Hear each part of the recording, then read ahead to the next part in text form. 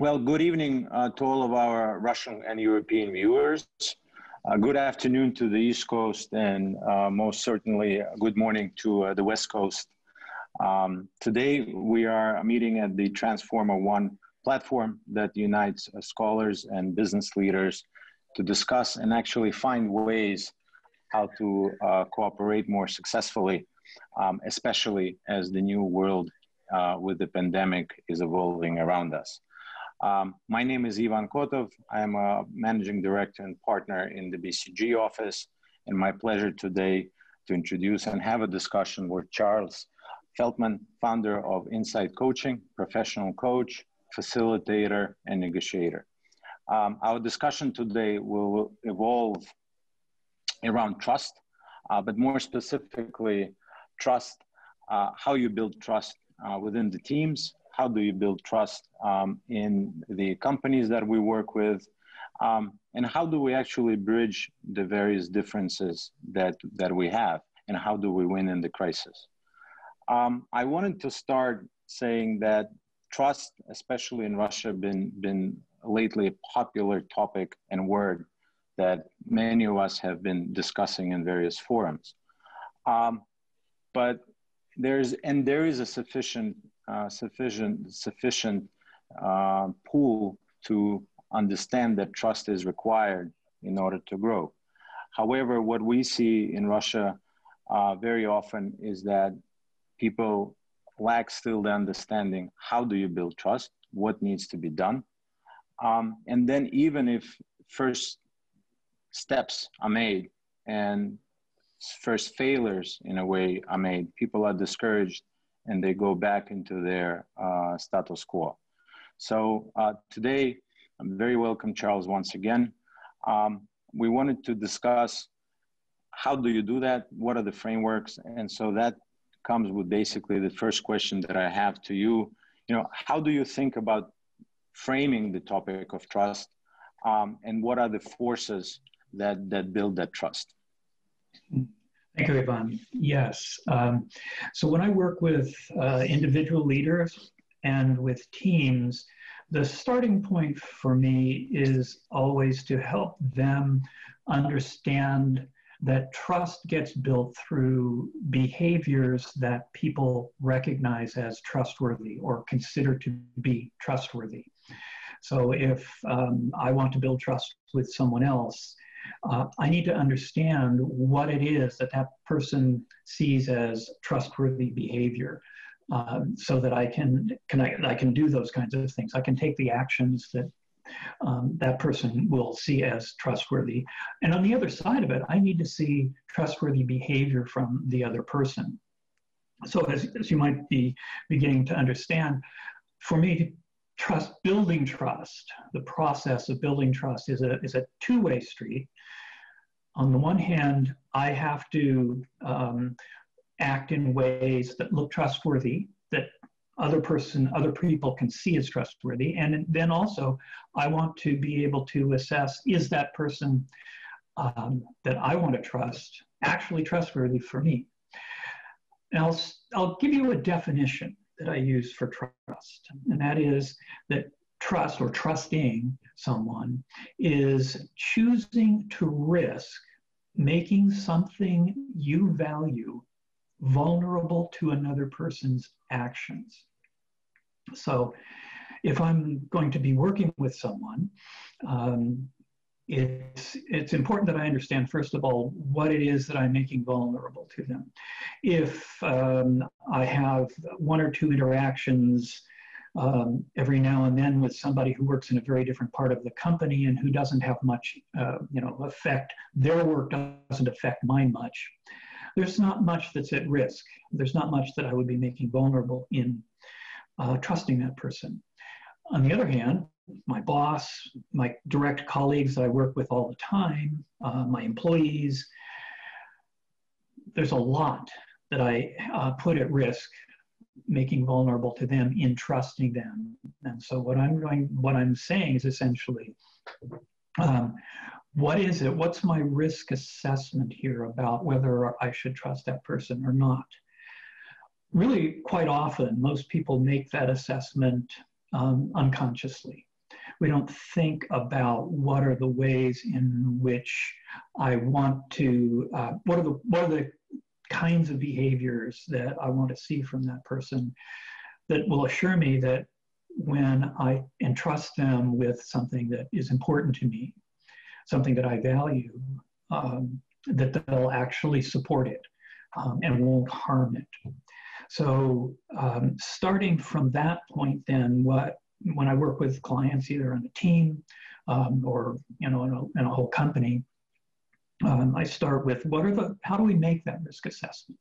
How do you make it? How do I make it? Because when I'm making it about you, you're also making it about me. So let's talk about that. Let's have a conversation about that. The other piece, I guess, that's really important from my perspective is that building trust is a competency. It's a set of skills that can be learned, that can be improved, and that can be practiced on a regular basis.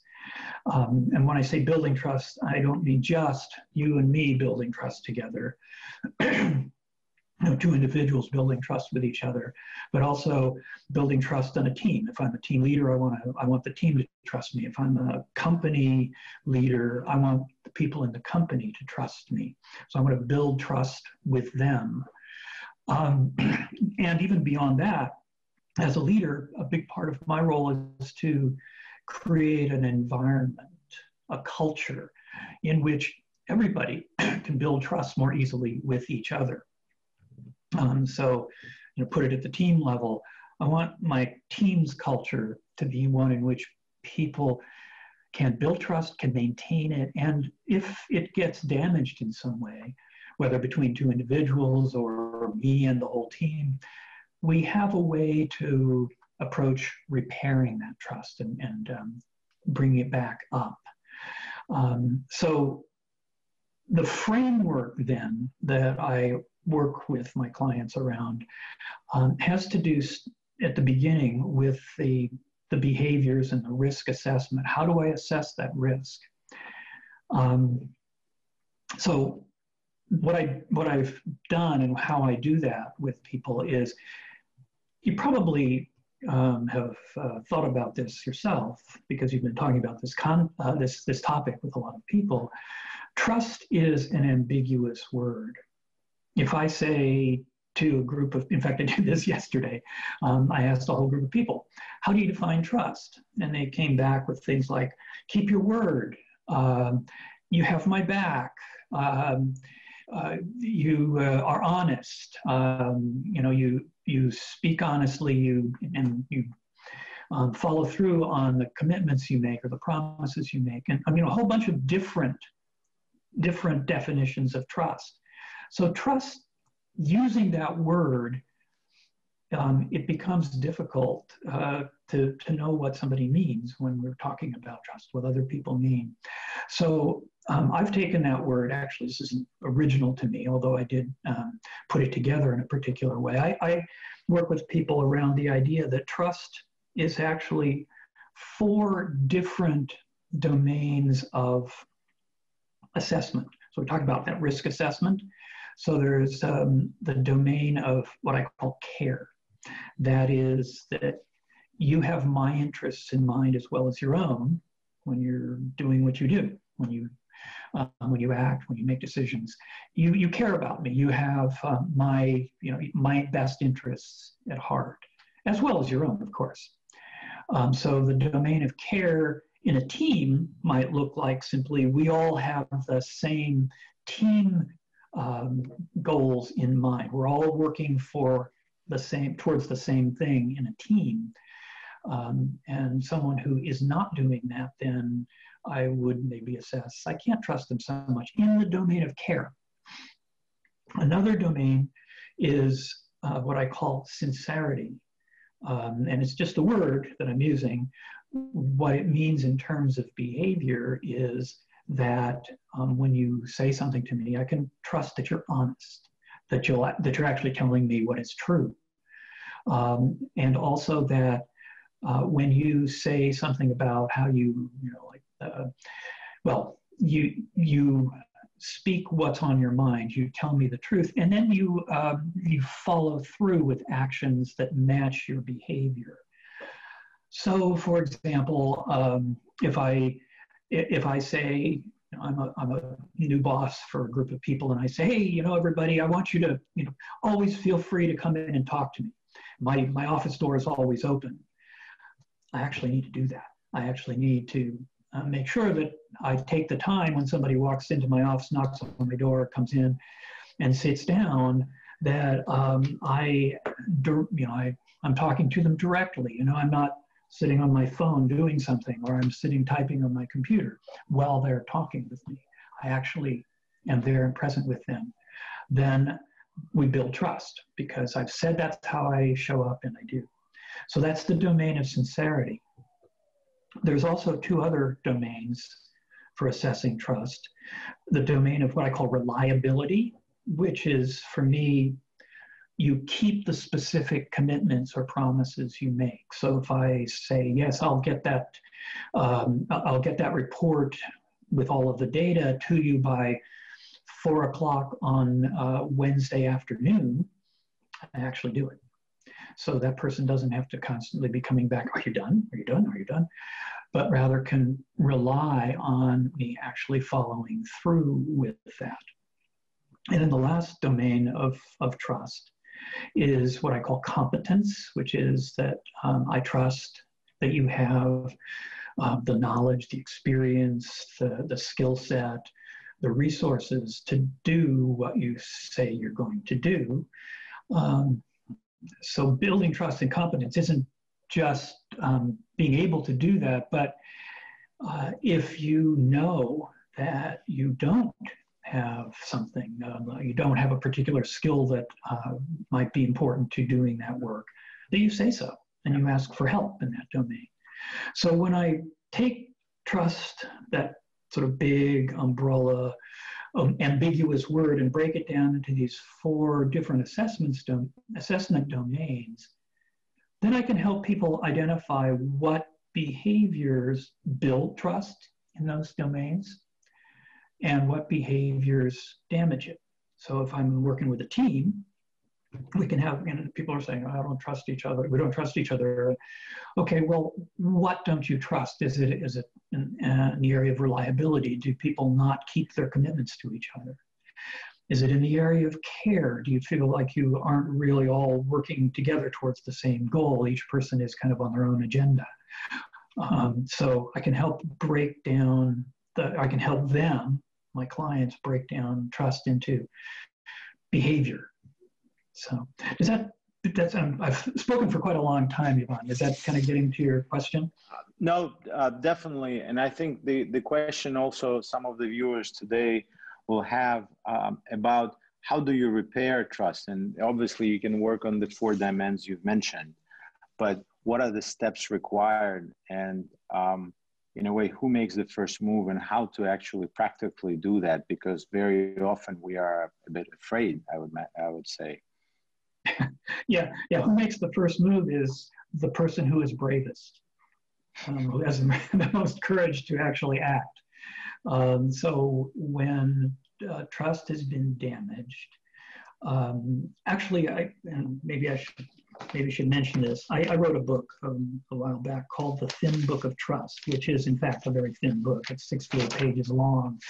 But in it, I have a section where I talk specifically about 6 steps to take before you even consider talking to somebody else about damaged trust with them. So thinking through, first of all, what are we talking about? What domain of trust is it? Is it, let's say, reliability? Gosh, that person, I don't feel like they're reliable. They don't get their stuff done, or they don't do a good job of it, or whatever. So what's the domain? What are the specific behaviors in that domain then that I'm concerned about? And being able to form a direct statement about what I'm not trusting.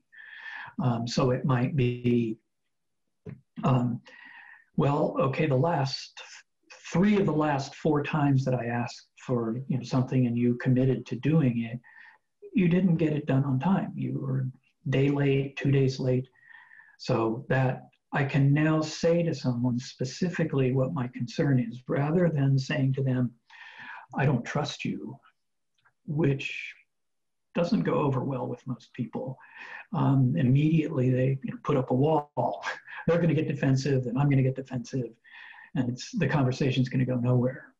But if I can say, the behavior, what are the specific behaviors and what are the facts about that? I can say the last 3 out of 4 times you committed to doing something, you didn't actually follow through as you committed.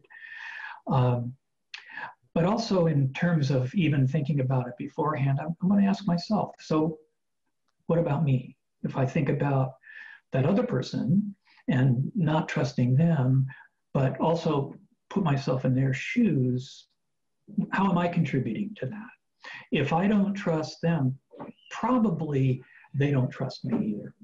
And so what might be going on from their perspective? So I want to at least think about that and try to put myself in that person's shoes. And then finally, I guess I need to make a decision. Is it worth it for me to talk to that person? Is it worth it for me to take that step, which is making myself vulnerable? Who knows what's going to happen? And that's the hard part. That's the part where you need some courage to take that. But then I can go to the person and say, can we talk? Can we talk about this? And I suggest starting that whole conversation with something like, we need to work well together. I want to be able to work well with you, and there's something that's getting in the way of that, and I'd like to talk about that. And then I can bring up my specific concern and ask them what's going on with them, and we can carry the conversation forward from there. But that seems to actually work most of the time. I've worked with a number of people who've had broken trust with each other, and helped them by helping them set up for that conversation, and then actually getting into the conversation in a way that, instead of bringing up the defensive walls, actually helps lower them. Does that kind of answer your question? Definitely. And discussing trust, especially within the teams, inside of the companies, sometimes facilitated, sometimes not, but it's still easier because at the end of the day, we working in one team and one company have, in a way, one business goal. When it comes to the trust with your partners, with your, say, clients, are there any nuances that you've experienced that we can understand in terms of what are some signs of mistrust and what are some signs that we need to start thinking about proactively, not about the business, but about the personal agenda, about the, building that trust over time, obviously. Yeah. Yes. So let me say a couple of things. First of all, you're right. We have to talk about trust. Trust is part of a relationship, right? It's when I have a relationship with somebody else, trust or distrust is embedded in that relationship. So do I trust them? I have a good relationship with them. Do I not trust them? My relationship with them is not so good. But the more we can talk honestly and openly about trust between two people, on a team, within a whole company, the more we're able to, and I find this all the time when I'm working with teams, the more they're able to kind of get over the fear of talking about it and finding there are places where somebody else doesn't trust me because my behavior isn't working for them. So in terms of different kinds of relationships and what kinds of things show up, first of all, how do I know someone doesn't trust me? Typically, they try to avoid me. I mean, it's pretty straightforward. They don't want to hang out with me because we don't want to spend time. We want to spend the minimum time possible with someone we don't trust. And if you think about it, if you think about someone you don't trust, when you're around them, how do you behave? Well, I know for me, I defend myself. I kind of put up walls. I make it so that I'm as protected as possible around that person. So I guard what I say. I'm not very forthcoming. I might withhold information. So those kinds of things coming from someone else would let me know that there may be a trust issue between us, that person might not trust me. And as I said earlier, if two people, one person doesn't trust another, it's almost always the case that the other person doesn't trust either. So distrust is mutual, just like trust. So if I'm feeling, when I get around someone else and I feel like I don't trust them, it's pretty likely they don't trust me either. So then how do we actually work with that? In terms of different kinds of relationships. So I'm thinking about a woman actually, who worked in a company that I worked in decades ago now. She was every year the top salesperson for that company. There were I think 12 or 15 different salespeople in different regions around the country, and she was always the top salesperson.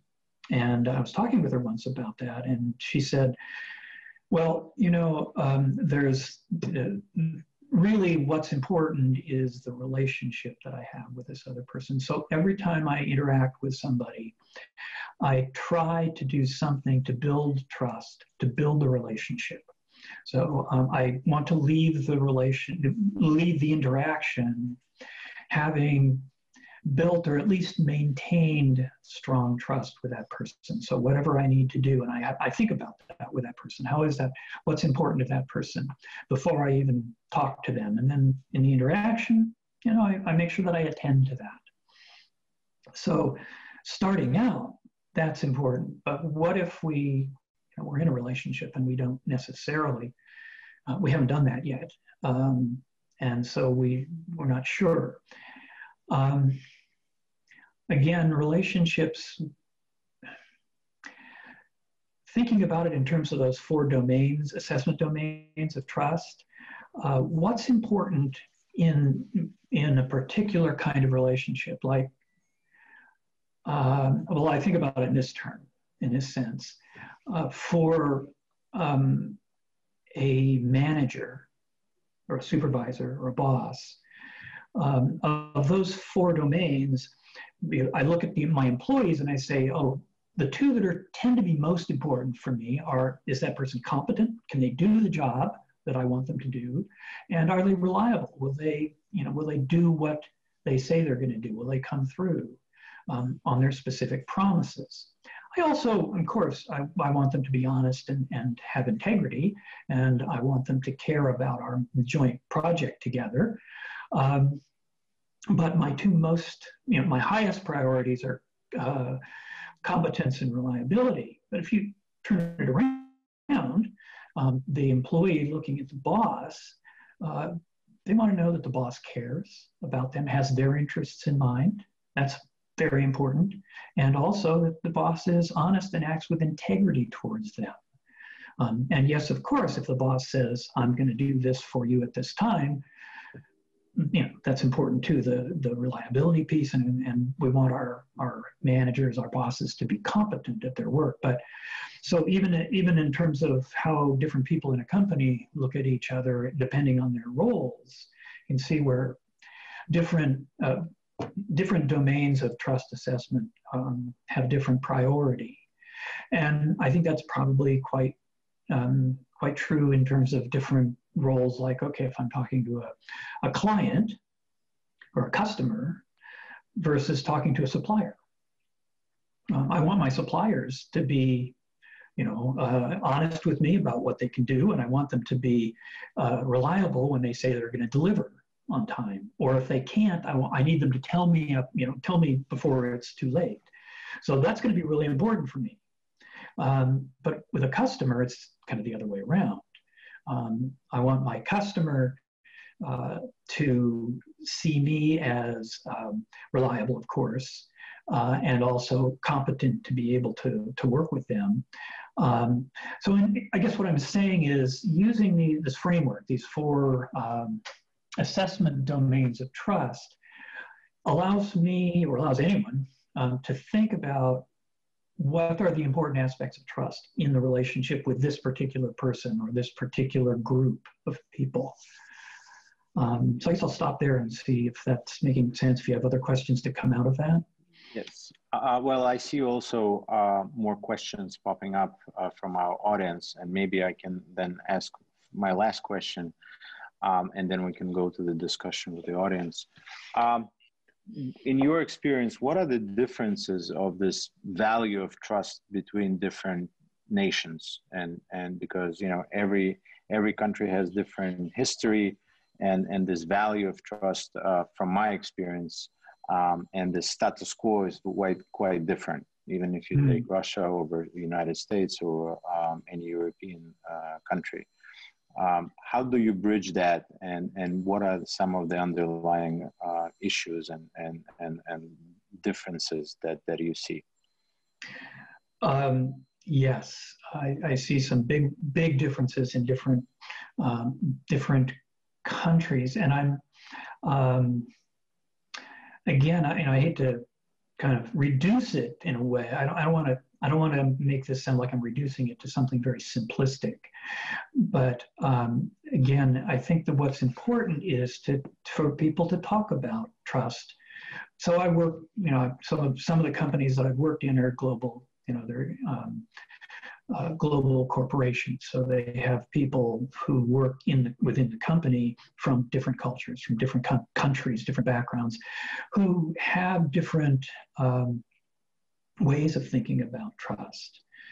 And what I've done with them is help them actually have conversations about what's trustworthy behavior, what's important behavior to build trust in your culture, from your background, and let me tell you about mine, so that we understand each other, we understand what's important in terms of building trust and bridging that gap between cultures, so that, you know, for example, I mean, you know, you've probably heard this before in the U.S. and most of Western Europe, for sure.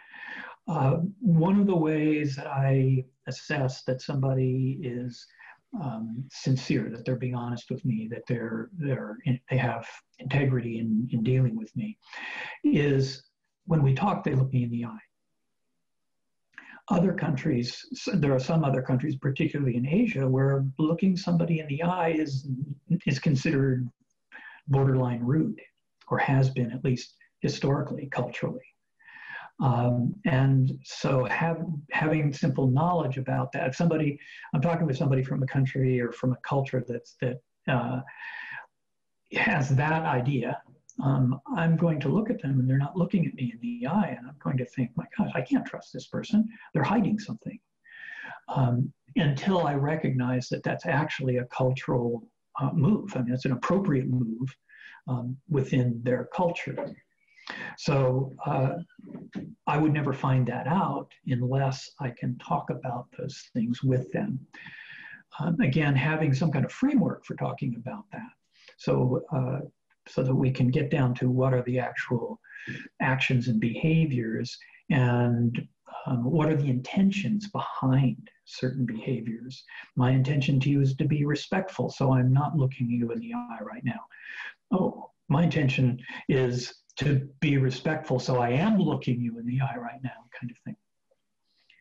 That, yeah, I guess I'd say that, again, talking about it, having honest conversations about what is important in building trust and in building relationship is how that moves forward. So we have, and in business culture here, I don't know how it is in Russia, but in business culture in the US and most of Western Europe, we're very action-oriented. You know, we're all about doing things, and we're also very much we judge someone often first by their level of competence. You know, do they have a degree? Do they have the, you know, the right training? Do they have the certain experience? What are their credentials? But I know there are also countries, Latin American countries for sure, and India, for example. It's more about, you know, the relationship. So we're gonna talk about who we are and how we, you know, how we are as people with each other and with our families and so on. And that's what kind of builds trust and relationships. So understanding that again is very valuable, I would say. Well, thank you. And maybe then we can move to some of the questions from the viewers and just connecting with, I guess, different styles. One question came, we often see the substitution of the concept of trust in the corporate environment, often management through fear and devaluation. In your opinion, what is the fate of such companies in the near future?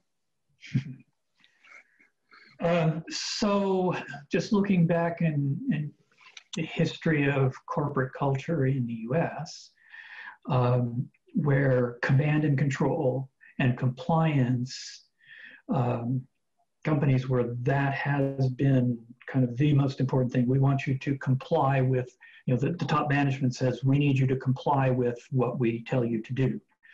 And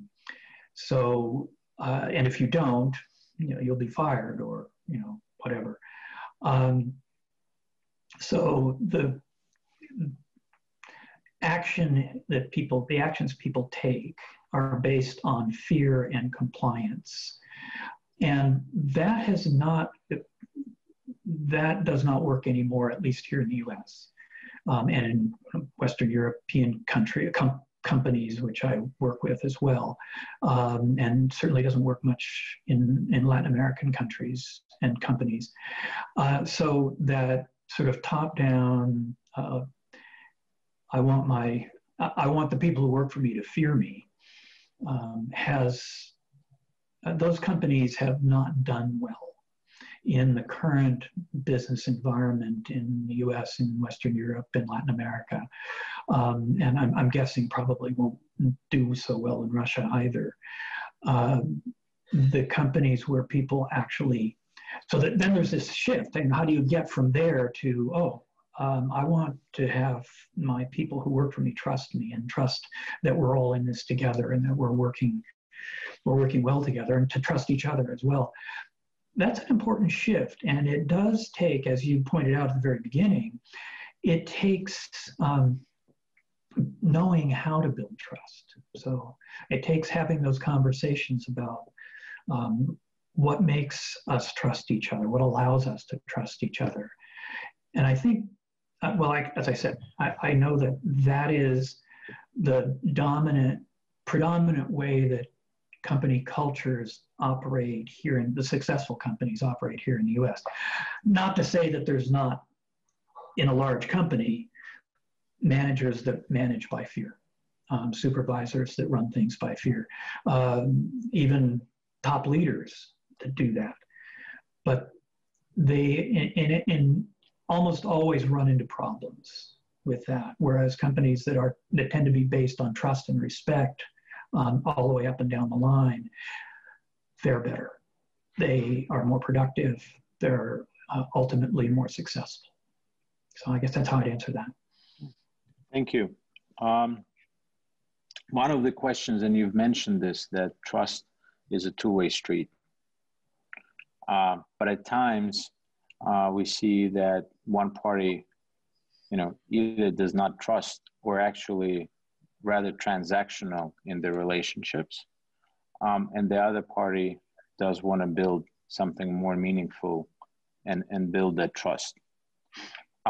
Can the first steps of trust be more of a one-way street? And, what are the, some of the learnings from your experience that we can transform basically this one-way into a two-way relationships? That's a great question. And what I have found is that Well, first of all, trust generally gets built by one person extending trust to another person. Doesn't have to be a big thing, but I'm gonna trust you in this way. You don't tell the person necessarily that, but you say, I'm gonna trust this, and you watch and see what comes back. And if that person in fact does something, it's yes, okay, that was the right call to trust that person to do that. Then I trust that person a little bit more. And by the way, this is happening in our brains. So we're building this kind of trust assessment in our brains. And what happens when we get that response back that that person, oh yeah, that person did pass the test, if you will. There's a little release of a chemical hormone called oxytocin, which in our brains, in our nervous systems, moves us to want to interact with that person more, want to be more open and close to that person. It might be a little bit, but little bit. If the other person then does not trust me back, doesn't open up to me in the other direction, I can continue to try and open to them in different ways. It all depends on what that other person, their view of the world. I know I've worked with a number of clients, in fact, who have, well, I'd say there's a range. On the one end of the range, there are people who say right away, they're going to be open and trusting.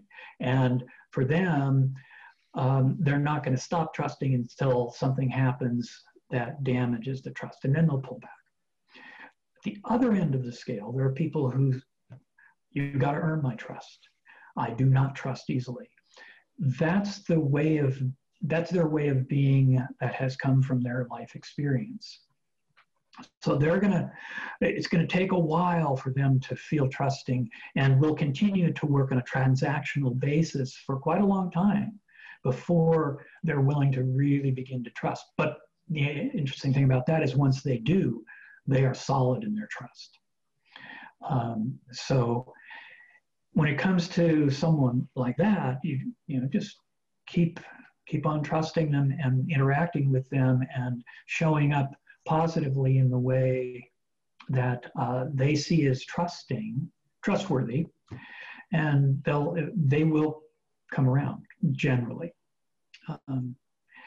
assuming that you do in fact do things that they see as trustworthy. And so that, again, I'll go back to this, if you have the ability and the time and the wherewithal to, and the right structure, framework, to engage that person in a conversation about what's important for them in order to trust, that helps a lot.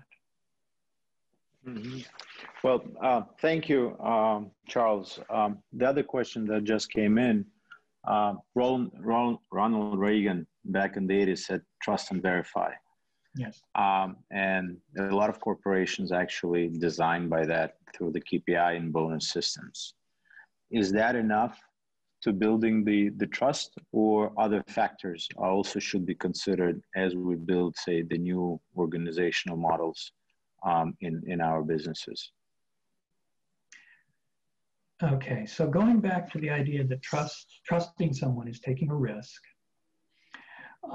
And so I talk about wise trust, trusting wisely. So knowing that, it's a risk to extend trust to someone else, but I'm doing so thoughtfully. I'm really, I'm taking care of myself. And I also want to continue to maintain that trust. And part of that is being somewhat vigilant about it. And to be honest, trust and verify. If the stakes are really high, that's how Ronald Reagan saw that at that time, saw the situation, said the stakes are really high. We're talking about nuclear war here. So we need to trust, that is, we need to extend trust, we need to make some agreements with each other And we'll trust in those agreements, and we need to verify that those agreements are still being kept by the other person, or the other party, or the other company, or the other country. And that, I think, is important, especially when stakes are high, when trust is low to start with, because it allows people to build trust with each other and to set up situations where they feel safe enough to trust each other in an unsafe, somewhat unsafe situation. Over time, if people continue to build that trust and verify, and they see that the other party is continuing to do what they say they're going to do, then there's less need to verify so much. And trust is always a risk, because the person, in fact, let me just say this too. In an organization, when people damage trust with each other, when they betray trust in some way or another, I think probably 95% of those betrayals of trust, the person who's doing the betraying doesn't even know that they're doing that. They don't recognize that what they're doing, the other person sees as untrustworthy. They're just doing what they do, and suddenly this other person doesn't trust them anymore, and it's a surprise. So it's not intentional. It's not thought out ahead of time. Excuse me, turn that off. It's just something that they're doing. So it can be that I can trust somebody, and they'll just do what they do, and suddenly they do something, oh my God, that was not very trustworthy. So, but if I recognize that they're not intending to do that, they don't even know that they've done something that I see as untrustworthy, then it's a lot easier for me to then go to them and say, hey, you know, what you just did caused this problem for me, and let's talk about that. As opposed to if I think that they did it knowingly or even intentionally, then I'm not going to go to them and try and repair the relationship. So trust is always a risk. It could be that our trust in someone else is going to be damaged. And that's part of life. We need to accept that. Thank you. More and more, we're moving into self-education and self-development. And what would be your a recommendation for teams internally to discuss trust without an external facilitator? If the team believes that they need to work better together, how to start such conversation? What some of the practical, say, tools, maybe some games, some forums to start building that trust, or not building even, but strengthening, I guess, the trust. Strengthening, yes. Because probably most teams already, they're starting out, and the trust is fairly high, but they want to strengthen it, or at the very least, maintain it. I think the important part is to start off with some kind of framework that the people who are on the team can work with. Because again, I go back to trust, that word, it's very ambiguous. And so I can be talking about trust and using that word and meaning something to me, and you might have a very different meaning. And until we clear that up, what that is, that difference, we're going to be talking at cross purposes. So having a framework that allows the people on the team to get to the behaviors, and I think that's really it. I do have some exercises that, as a facilitator, I'll run with the team, but I can, they can also be run by a team member or a team leader effectively if they, again, have some kind of facilitation skill and they recognize that different people are going to have different understandings of trust. It can be as simple as going around the table. Of course, again, I'll use my framework as an example. going around a table in a team meeting, or around the virtual table if you in current team meetings, but having each person talk about, well, what is important to me in the domain of sincerity? What are the things that I look for to decide that a person is sincere, that they're honest, and they act with integrity? Or over in the domain of competence, how do I assess that other people are competent at what they do? And just allowing each person to talk a little bit about what's important to them in each of those different domains. And there are other trust models that you can do the same thing with. It just, slightly different words and usage. So yeah, I think teams can do that and be perfectly effective and successful at it. As long as there's some trust to start with. Where it gets problematic is when the trust is low to start with. So everybody's going to be putting up their barriers and kind of sitting back and not saying anything or not risking anything. And that's when they need outside facilitation, outside help. Thank you. With the new world, with the new norm, as they say, what are your observations how the corporate, say, relationships will be changing under these circumstances of today's world? Could I ask you to be a little more specific when you say circumstances? What are you referring to? Well, the COVID and the crisis that we're experiencing now, and as you might know, in Russia, it's also we're experiencing some economical, say, difficulties. So, businesses are rethinking how to change and still prosper. So how the relationship within the companies would change? Yeah.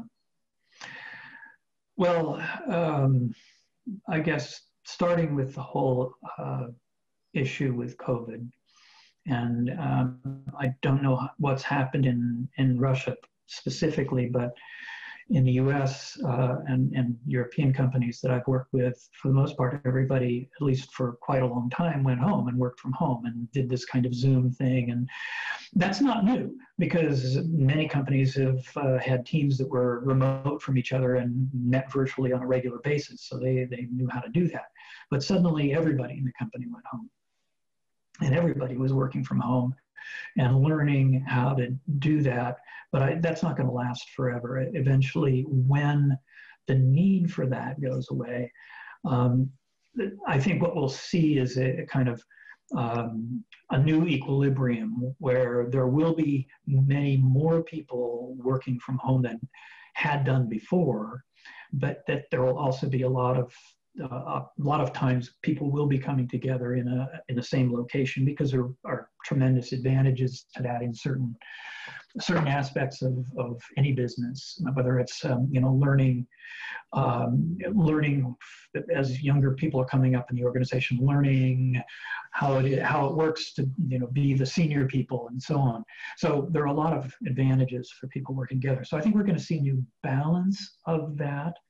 And along with that, I think it's important for people to think about how trust gets built and maintained in primarily remote virtual relationships between people, where people on a team maybe see each other once or twice a year versus on a regular basis. And like I said, there's lots of companies that have experience with that.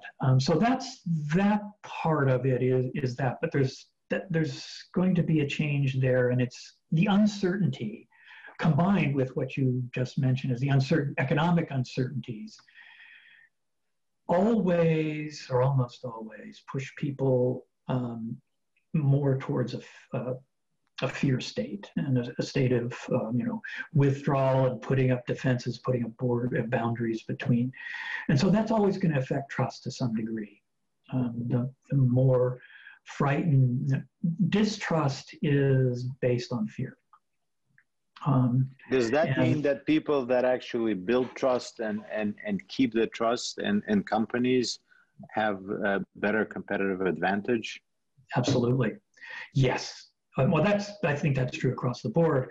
The company, from what I've seen at this point in this whole COVID thing, for example, is the companies where people trusted each other, they had high trust, strong trust with each other before they all went home, had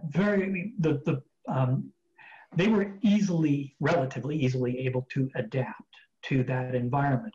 So trust was maintained pretty well. Companies or teams or people who had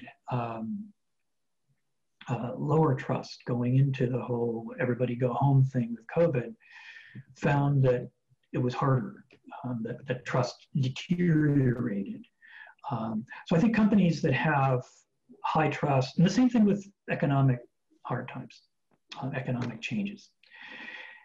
Companies that are doing well in terms of trust, going into economic instability, economic downturn, tend generally to do better, much better than companies going into that with low trust.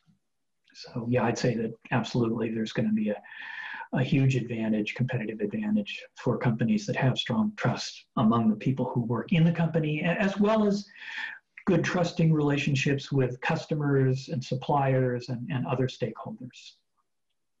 You've mentioned about the new generation coming into the workforce. What is your experience, observations in terms of what are the different perceptions or level of trust between different generations of, say, workforce in a company? Is there any meaningful difference between, say, 50, 60-year-olds and the new talent that is just graduating from universities and getting their first job? Well, I think there is. I think that the older generation of managers and leaders, particularly, tend to be wary of the younger generation because they see different values expressed, hear different values expressed in some cases, in many cases. The younger people coming in seem to be much more interested in quality of life and therefore asking for different things, different conditions in a working situation. So the older generation is a little wary of that. And at the same time, the younger people coming in are somewhat wary of the older generation, seeing them as kind of out of touch in some cases, not all cases. So there's this kind of mutual distrust to some degree that I think is going to be important for companies to address, particularly if the top management is kind of, in the over 60, or they're kind of the baby boom generation, as we call it here in the U.S. If they're over 60, there needs to be some conversations between the two that can help kind of bridge that gap, and those conversations can be initiated by wise, good listeners at the top. It can be initiated by wise, good listeners among the new people coming in, which is maybe less likely, a little bit less likely, or it can be done with the help of facilitators and coaches. But I think, yes. Have you seen the convergence of these values, or one part basically is dominating the other one? So I think the value, and probably the most, in my experience view, probably one of the most stark value differences is the notion that in the older generation, that a corporation is beholden only to its shareholders, and its only purpose is to create value for those shareholders. The newer and younger generation coming in is saying, no, no, no. We want to create value for our shareholders, yes, and because that's where we get a lot of, but we also want to create high value for our customers, our suppliers, our everybody, including our communities, the people in the community. So it's a different mindset, and that's kind of a tough one to, you know, that's kind of the source, I think, to some degree of the wariness and some mistrust between the two generations within an organization. So which one's winning out? I think ultimately, unless the new generations coming in get completely co-opted by the older generation and their values, which I don't see happening, I think ultimately, eventually, that the views that the newer generation are coming in will, for the most part, win out. At least I'm hoping so, personally. So. Well, thank you very much. The hour is coming to an end. I think the discussion was fruitful and interesting. We all should read your thin book of trust. Yes. I want to thank today everyone who joined the session.